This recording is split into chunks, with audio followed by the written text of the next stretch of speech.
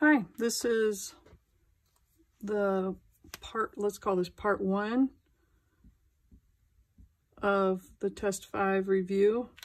And on this video, I'm going to do the 12 questions that I determined would be in the easy category. So this should go pretty quickly. Question number 6, we've got 8.9 times 10 to the negative 7th. And they want us to write this in standard notation. So all we're going to do is move this decimal 7 units to the left. So let me move this out of the way. 1, 2, 3, 4, 5, 6, 7. Put our decimal there. And then fill these in with zeros. So our answer is 0.00000087. And that's it.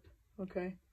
Now you could also do that on your calculator if you needed to, but if your calculator doesn't hold that many digits, then it will automatically convert back to standard or to scientific notation.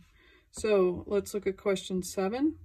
7 is the other way around. I have 88,960, and they want me to convert that into scientific notation.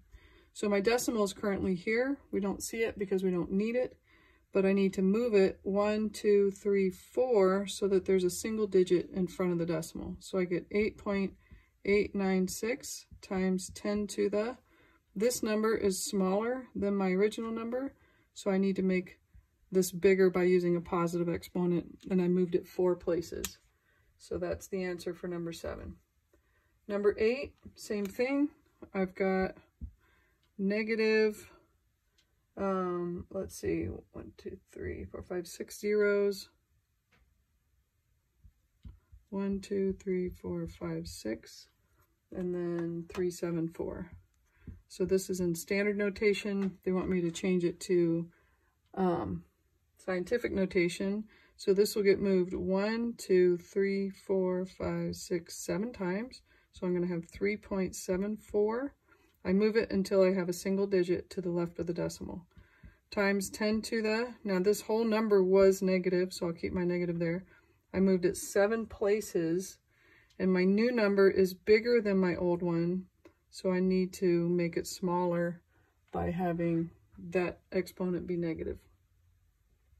All right, let's look at number 9. Number 9, we have 7 times 10 to the 8th, 7 times 10 to the 8th, times 6 times 10 to the 4th. So you could do this by hand using scientific notation. Of course, you could always just multiply this out with your calculator, get a final answer, and then put it in scientific notation. I'll show you the shortcut way. So 7 times 6 is 42. 10 to the 8th times 10 to the 4th is 10 to the 12th. This is not in scientific notation because I need to move that decimal 1 to the left so that I have a single digit in front of it, which means I made this number smaller. So I need to make this number bigger to offset what I did and keep it equivalent to the original value. Okay, let's see. Let me erase this and we'll go to number 10. So number 10 has the fraction 1/7 raised to the negative 5th power. So one of the things we talked about is if I have a negative power, I can reciprocate the inside and make that a positive power.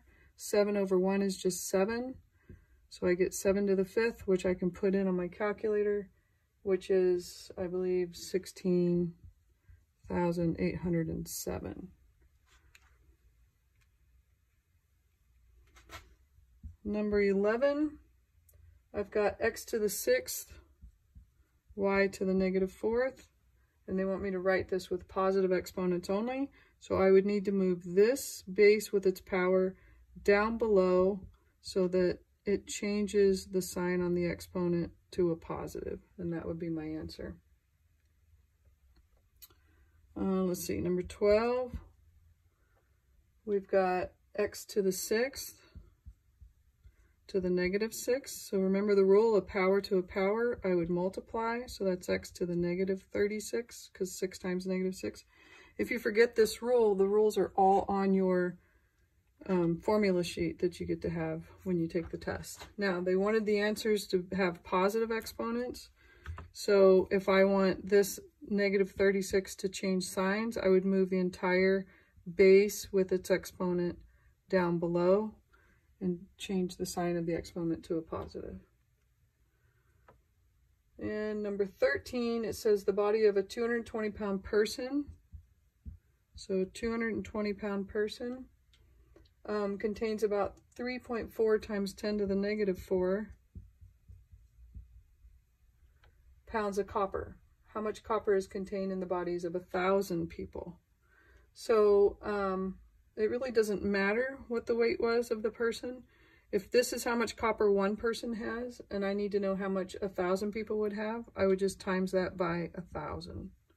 So you could do that in your calculator, or you could convert this to standard form by shifting this 4 to the left and then timesing it by 1,000, which will bring it right back.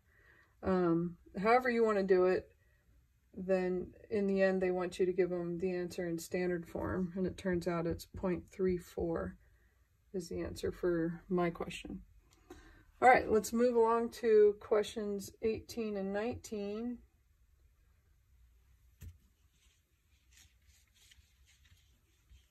So number 18 says if a gram of sand decreased in volume by 7 orders of magnitude, by what factor would its volume decrease? So this is number 18. 7 orders of magnitude. And remember when we did the lecture on this, I had the little chart with the difference between the order of magnitude, the actual factor, and then what it would be as 10 to what power. So 7 orders of magnitude is 10 to the 7th power, which is a 1 with 7 zeros. But if you didn't know that, you could put this in your calculator to get it. Okay, number 19, a star increases its luminosity by 3.4 orders of magnitude. So 3.4 orders of magnitude would be 10 to the 3.4, and you could type that into your calculator, and they want you to round it to the nearest whole number, which for me ended up being 2512. So that's 18 and 19. Let's jump to number 22. 22, they want us to write the equation to describe the variation. So they give us the problem, y varies directly as w. I'm sorry, v varies directly as w. So the equation would just be v. This part is equals k. Directly means it's directly next to it, and there's the w. So this is my answer. That's a real fast question. They don't need anything else in that question, which is why it's in the easy category. The last one I want to talk about for this video is number 24. They want us to write the equation for p varies inversely as h. P varies inversely as h. So I'm going to write p varies is equals k. Inversely means it's going below. What goes below is the h. So this is my answer for that one. Okay, so that accounts for all but one easy question. The one easy question that I'll do in a different video is number 20, because I want to show the screen, and so that's a separate type of filming for me. So I'll do 20 and 21 together, and then there will be a video for the medium questions and a video for the hard questions. Thanks.